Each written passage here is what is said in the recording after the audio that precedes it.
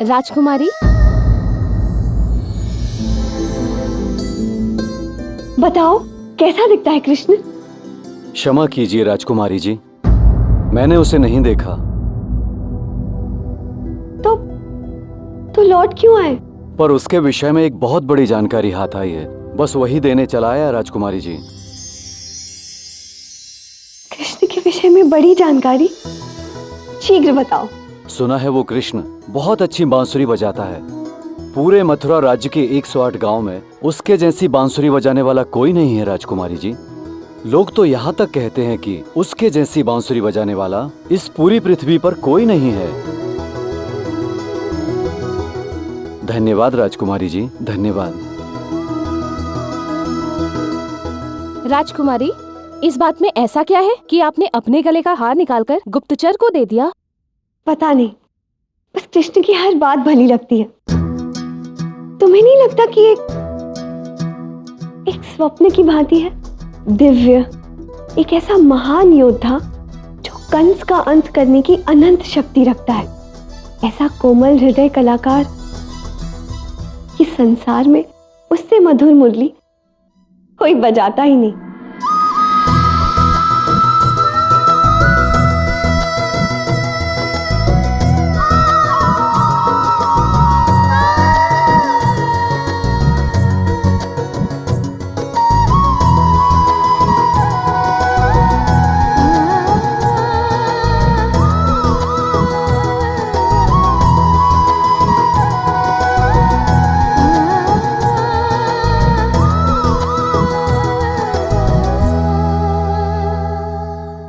देख रही हो कितनी सुंदर लग रही है ये बांसुरी कृष्ण के हाथों में। बिल्कुल वैसे जैसे जैसे भगवान विष्णु के हाथ में सुदर्शन चक्र, जैसे जैसे सूर्य पर तेज। पता नहीं, मेरा मन कृष्ण को देखने के लिए और भी व्याकुल हो रहा है। अरे मैं कब उसे देख पाऊंगी और कब ये चित्र पूरा होगा। अगर कृष्ण को देख नहीं सकती, लेकिन उनकी बांसुरी की धुन तो सुन ही सकती है ना। यदि कृष्ण इतनी ही अच्छी बांसुरी बजाते हैं तो अवश्य ही यहाँ के बांसुरी वादक भी उनकी धुन तो जानते ही होंगे।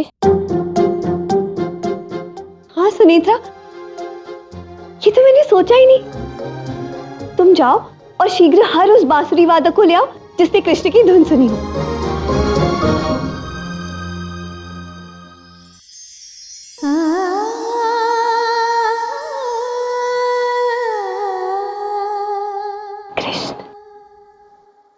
तुम यहाँ मुस्कुरा रहे हो का ना? तुम भली भांति जानते हो कि राधा बहुत बड़ी भूल कर रही है। यदि महाराज का आदेश है तो राधा को उसे मान लेना चाहिए ना। यदि बरसाना को खाली करना है तो खाली करना है, किंतु नहीं, राधा हट लगाकर बैठी है कि वो बरसाना को छोड़कर कहीं नहीं जाएगी। और तुम हो कि राधा के इस हट को मान रहे हो का ना? क्यों कर रहे हो तुम ऐसा? तुम्हें ज्ञात है ना कि राधा का ये हट बरसाना के लिए कितना घातक हो सकता है। आपको मेरे यहां आने का उद्देश्य ज्ञात है? भली भांति ज्ञात है। बरसाना को खाली करवाना है और क्या। ये तो महाराज उग्रसेन का उद्देश्य, मेरा उद्देश्य ज्ञात है। राधा का ये हट, ये है मेरा उद्देश्य, इसलिए मैं यहाँ पे आया हूँ। अर्थात राधा का ये हट तुम्हारा उद्देश्य है।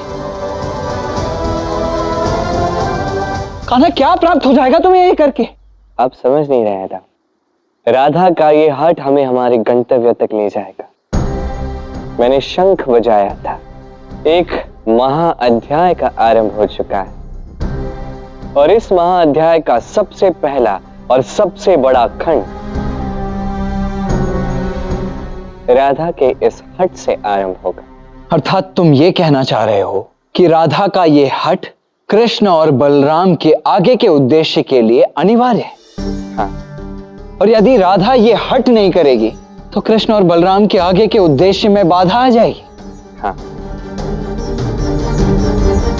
क्योंकि मेरे जीवन में आगे बढ़ने के लिए अब मेरे जीवन में एक रिश्ता बनेगा, एक ऐसा रिश्ता जो आने वाले समय में मेरे जीवन की नींव बनेगा। कृष्ण का ऐसा रिश्ता जो कभी कोई सोच भी नहीं सकता। और इस नए रिश्ते में राधा का सम्मिलित होना भी अत्यंत आवश्यक है। एक क्षण, तुम क्या कह रहे हो? शीघ्र ही बनेगा था, और ऐसे व्यक्ति के साथ ये रिश्ता बनेगा जिसके बनते ही आपके और मेरे जीवन के आने वाले मार्ग प्रशस्त हो जाए। एक खंड का अंत दूसरे का आरंभ होगा।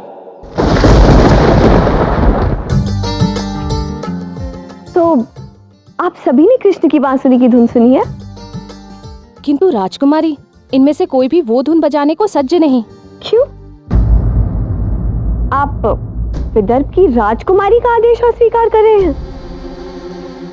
क्षमा करें राजकुमारी जी, किंतु कृष्ण की बांसुरी की धुन बजाना और सुनाना अर्थात उसका अपमान करना होगा, इसलिए ये हम नहीं कर सकते। हम कृष्ण की प्रतिभा के आसपास भी नहीं पहुंच सकते। यदि हम प्रयास भी करें तो ये कृष्ण जैसे प्रतिभावान कलाकार का अपमान होगा। हाँ, और यदि आप स्वर्ग जैसी अनुभूति प्राप्त करना चाहती हैं तो मेरा एक सुझाव है कि आप स्वयं कृष्ण से ही ये धुन सुने। किंतु फिर भी यदि आपका आदेश है तो फिर ठीक है, हम धुन बजाने को सज्ज हैं। नहीं, यदि ऐसी बात है तो मैं कृष्ण का अपमान नहीं करूंगी। यदि कृष्ण की बांसुरी की धुन स्वर्ग के आनंद की अनुभूति कराती है तो वो तो मैं कृष्ण से ही सुनूंगी। आप जाएं। सुनेत्रा, अब तो मुझे एक क्षण की प्रतीक्षा भी नहीं होगी। मुझे कृष्ण से मिलना है। उस रहस्यमय की रहस्य भरी धुन सुननी है मुझे, किसी भी मूल्य पर। पर इसके लिए आप करेंगी क्या?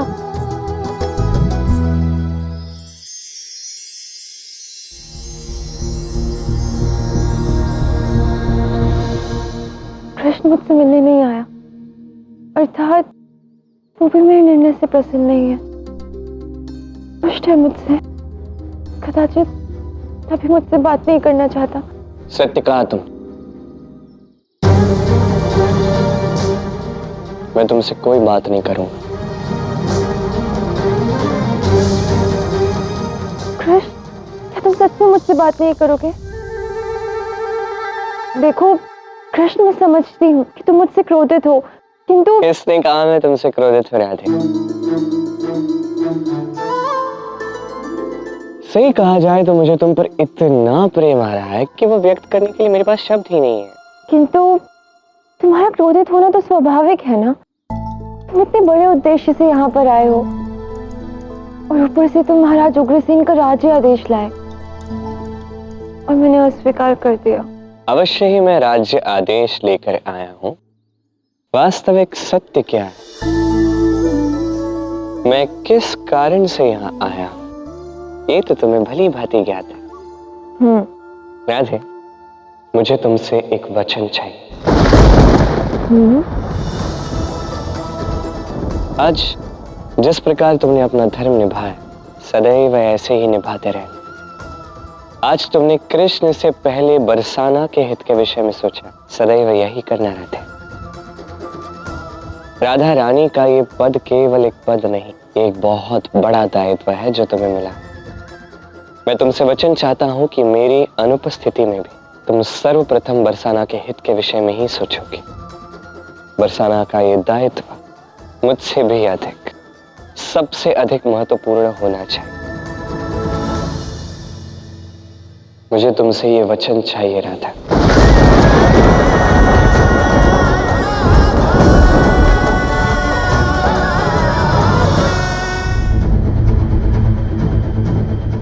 तुम्हारी अनुपस्थिति में, अर्थात कृष्ण, अभी तो हम मिले हैं, अभी तो हमारे विरह का अंत हुआ है।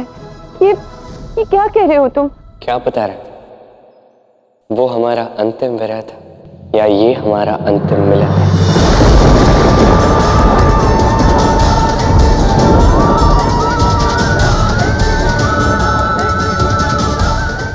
लगे फिर से पहेलियां बुझाने। जब भी कुछ बड़ा होने वाला होता है ना, तुम इसी प्रकार मुझे दुविधा में डाल देते हो ताकि मुझसे वास्तविक बात छुपा सको। बताओ, क्या बड़ा होने वाला है? क्या छुपा रहे हो मुझसे?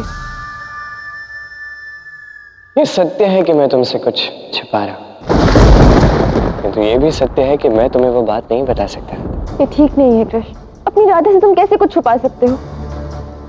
मैं तो अपने हृदय की एक एक बात आके तुम्हें बताती हूँ। एक एक क्षण में कृष्ण मैं होकर जीती हूँ और तुम मुझसे ही छुपाते हो। देखो, अपनी प्रेमिका के साथ तुम्हारा ये व्यवहार उचित नहीं है। मुझे तुमसे कोई बात नहीं करनी है।